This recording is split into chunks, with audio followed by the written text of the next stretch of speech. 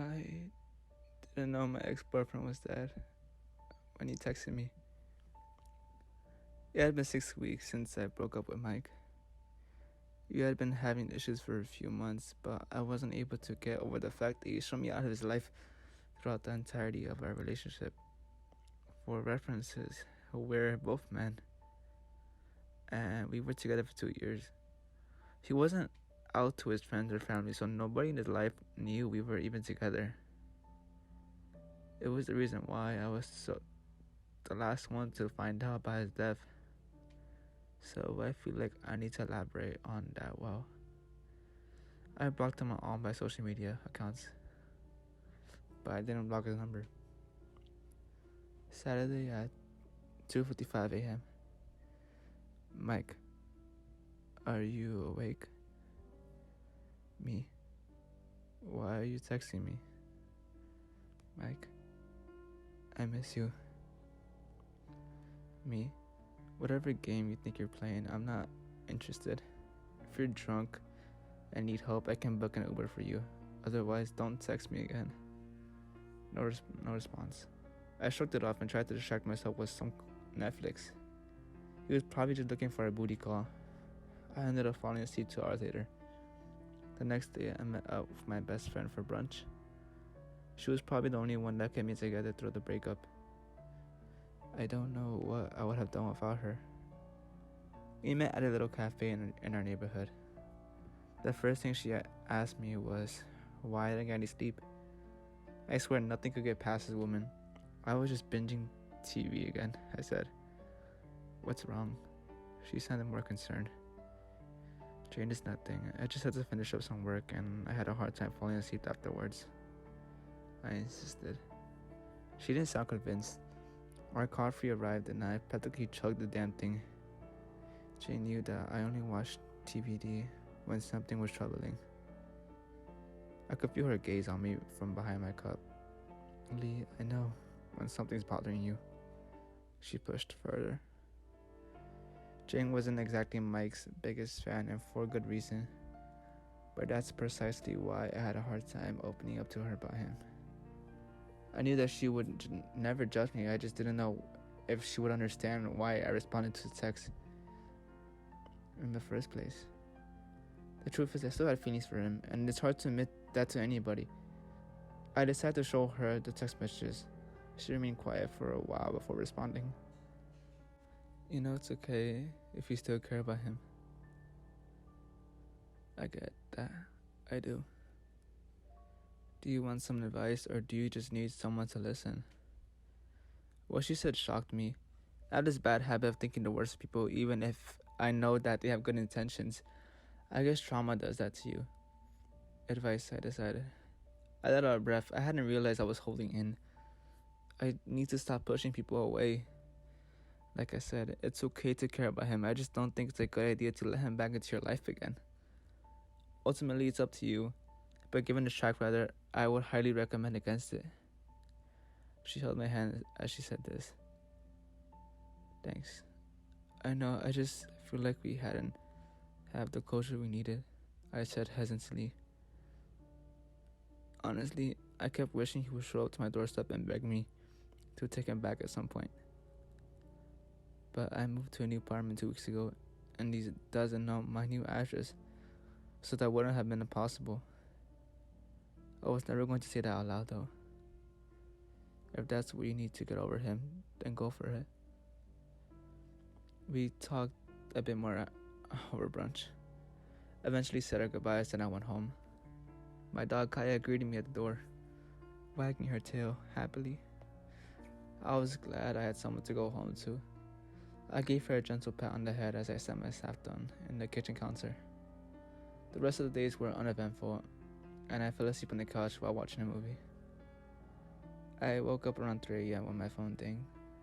Sunday, 3:03 a.m. Mike, I know you said not to text you again, but I really need to talk to you.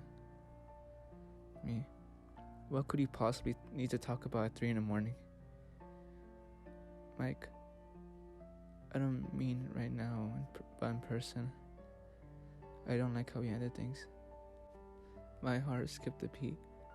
I was just talking to Jane about that yesterday. It was kind of weird that he brought that up so soon after I had the conversation. But then again, I felt the exact same way. I just don't know if I want to tell him that. My phone dinged again. Mike, can I see you? Me? Fine. You can come over tomorrow. But I'm recently moved. It might be a bit of you. Drive for you. Mike, that's alright. I texted him my new address and he said he would see me soon. I went back to sleep when our conversation ended. When I woke up, the sun had just started to rise. I was kind of expecting not to get much sleep anyway. I got ready for the day and had some breakfast. I decided to take my dog to the park to clear my head. I still wasn't sure if seeing Mike again was a good idea. What if we just had ended up sleeping together or something, or worse, got back together? My thoughts started to spiral. Something in the corner of my eye snapped me out of it. It was like I was being watched, but barely. I was sitting on the bench while passively watching Kaya run around with the other dogs. It felt like someone was behind the tree, past the bench beside me.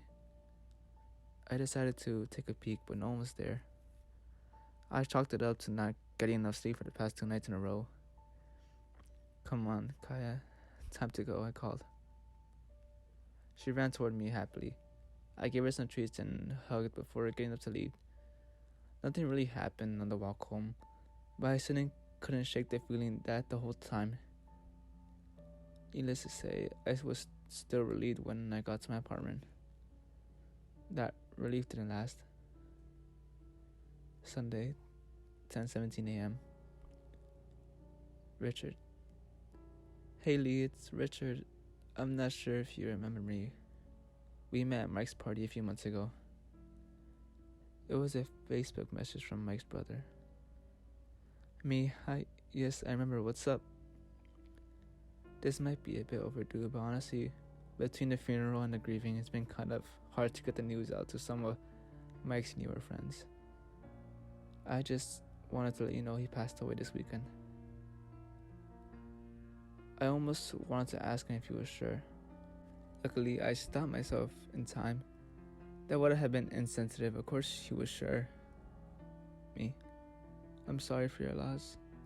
Thank you for taking the time to let me know. Sorry this comes across as insensitive, but can I ask who currently has his phone right now? Richard. We never found it, actually. It probably got lost in an accident. Do you need something from it? No, he just had a few photos from a old trip with some friends, but it's not important.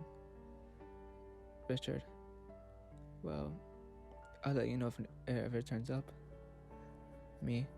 That won't be necessary, but thank you. What the actual fuck? I tried to rack my brain for some type of logical explanation, but Richard wasn't playing some sort of messed up prank. I seriously doubt that. Maybe someone else found Mike's phone, or I have no idea what to say.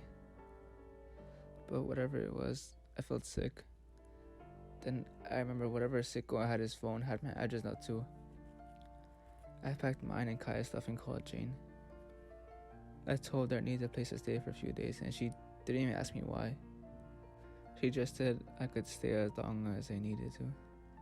She's a lifesaver, but even literally, given the situation, I wasted no time and bolted the hell out of there. When I arrived, Jane asked me if everything was alright. I told her I might have a stalker situation and would need to move.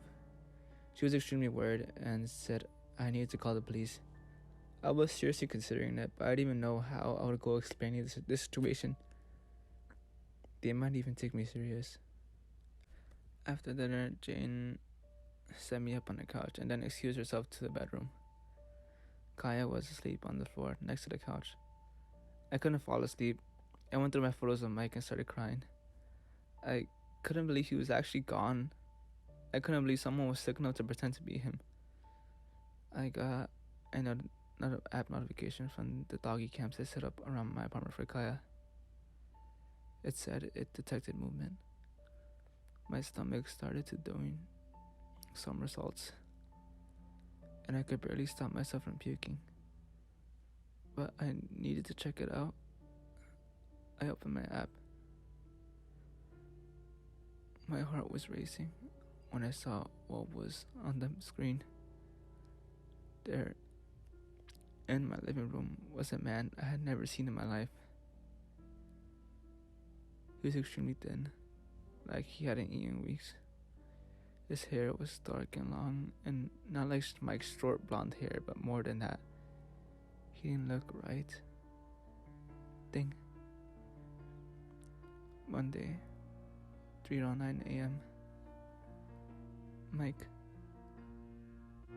where are you?